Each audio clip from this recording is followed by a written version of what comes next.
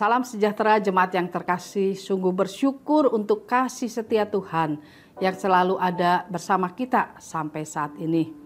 Kita akan belajar firman Tuhan yang diambil dari Kisah Para Rasul pasal 4 ayat yang ke-12. Demikian bunyi firman Tuhan. Dan keselamatan tidak ada di dalam siapapun juga selain di dalam Dia. Sebab di bawah kolong langit ini tidak ada nama lain yang diberikan kepada manusia yang olehnya kita dapat diselamatkan. Bapak, Ibu, dan Saudara yang terkasih, sebagai anak-anak Tuhan, kita harus mempunyai kepedulian dengan orang-orang yang masih terhilang. Karena Tuhan Yesus pun sangat peduli kepada mereka.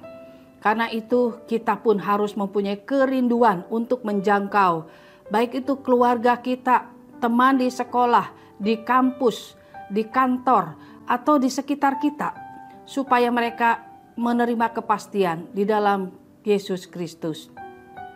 Jika kita mengasihi mereka, kita tidak akan membiarkan mereka berjalan dalam kebinasaan yang kekal.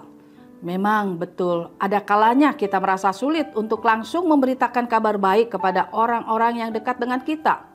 Tetapi hal ini jangan membuat kita berhenti berusaha untuk membawa mereka kepada Yesus Kristus sampai mereka benar-benar mendapatkan anugerah keselamatan itu.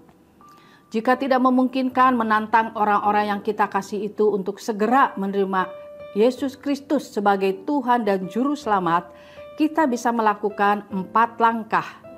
Langkah yang pertama, berdoalah kepada Tuhan. Tulislah nama-nama yang ingin kita menangkan satu persatu di agenda kita. Kemudian sebutkan nama-nama itu di dalam doa-doa pribadi kita. Teruslah berdoa sampai kita menerima berita kalau orang yang kita doakan itu sudah membuka hati dan menerima Tuhan Yesus sebagai juru selamat pribadinya. Yang kedua, bangun hubungan yang baik. Mulailah hubungan yang baik dengan mereka sehingga mereka akan selalu tertarik dengan apa yang kita sampaikan. Kemudian yang ketiga, ketika mereka membutuhkan sesuatu, layanilah mereka dengan baik. Dan ini memang selalu ada harga yang harus kita bayar untuk memenangkan jiwa. Karena itu kita harus memiliki hati yang rela melayani. Meskipun berat, berusahalah untuk setia melayani mereka. Friedrich Faber berkata, kebaikan hati telah mempertobatkan lebih banyak orang berdosa dibandingkan dengan semangat, kefasihan, dan kepandaian. Biarkan kebaikan hati kita menjadi berkat bagi banyak orang. Seperti yang tercatat di dalam Filipi pasal 4 ayat yang ke-5. Hendaklah kebaikan hatimu diketahui semua orang. Langkah yang keempat, beritakan kabar baik.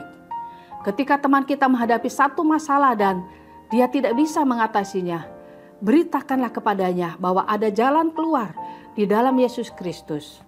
Ceritakan pengalaman-pengalaman hidup kita di dalam menghadapi masalah bersama dengan Tuhan Yesus.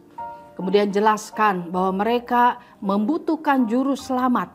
Dan di bawah kolong langit ini tidak ada yang berkuasa menolong dan menyelamatkan mereka. Kecuali penebusan oleh darah Yesus Kristus. Dan keselamatan tidak ada di dalam siapapun juga selain di dalam Dia. Sebab di bawah kolong langit ini tidak ada nama yang lain yang diberikan kepada manusia.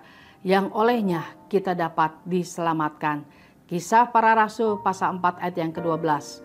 Setelah itu ajaklah teman kita ini untuk berdoa bersama. Mohon Roh Kudus menjamah hati mereka, melembutkan hati mereka, supaya mereka juga boleh mendapatkan anugerah keselamatan di dalam Kristus, ya, seperti yang sudah kita alami. Amin.